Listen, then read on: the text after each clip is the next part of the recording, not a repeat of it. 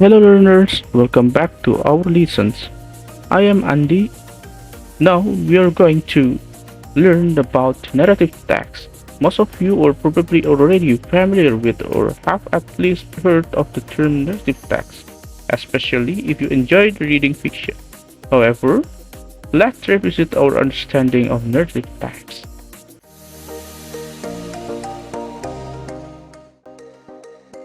What exactly is a narrative text?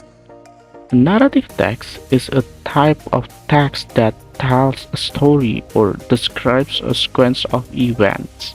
The purpose of narrative text is to entertain or inform the reader by presenting a series of events in a coherent and engaging way. What are the characteristics of narrative text? The key features of narrative text are past tense. We know that past tense is used to the past events. It's related with the narrative text. And then the second one is adverbials of time. That's to guide the readers through the story timeline. And then the descriptive adjectives. So that's the paired with words, adding depth to the narrative. And then the last one is rich noun phrases. That's to offer detailed snapshot of the story elements.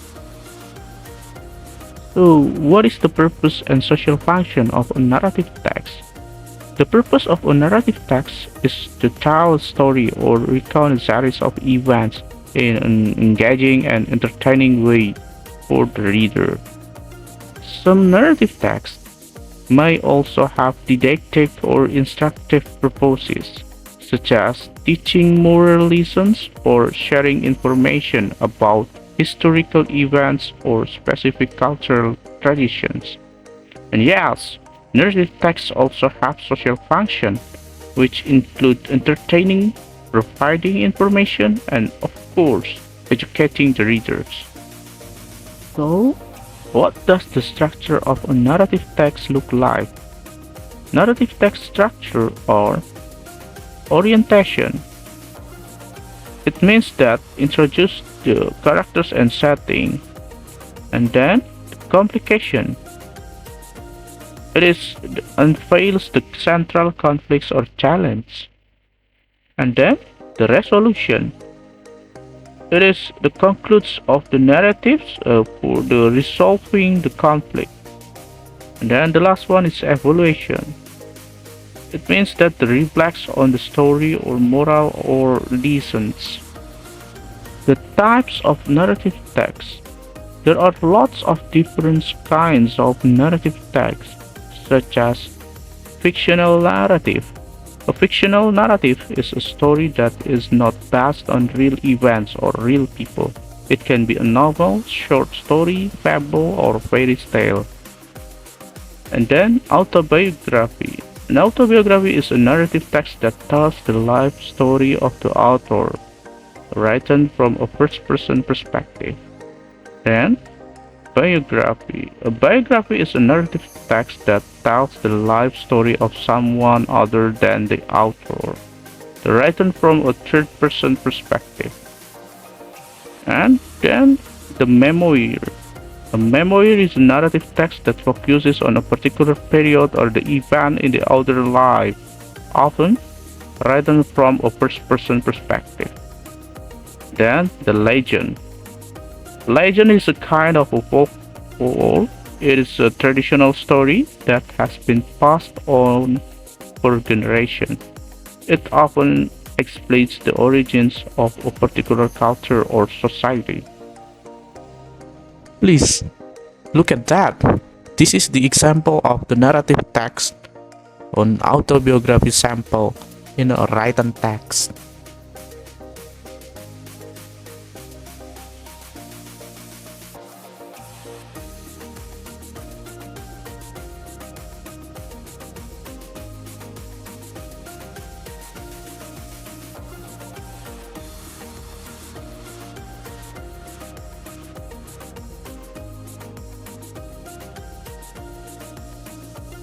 Let's move to the other example of Indonesian fairy tales.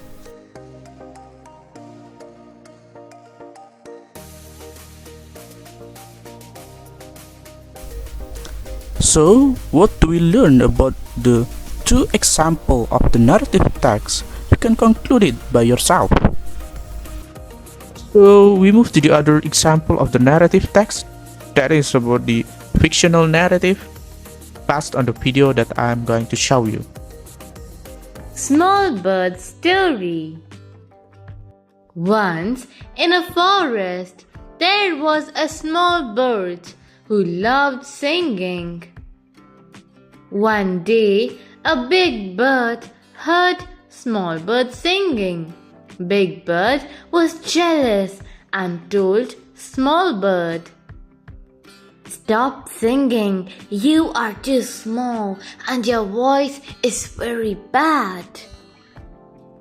The small bird felt sad, but didn't stop singing. She practiced every day and her voice got better day by day. Few days later, a king was passing by the forest. He heard Small Bird's beautiful song and was very impressed. He gave the small bird a beautiful golden crown. Moral: believe in yourself. So, from those examples, we can learn that the structuring a narrative text, they are the setting of the scene, and then the problems, then the rising action, after that the climax, and then the falling action, and the last one the resolution.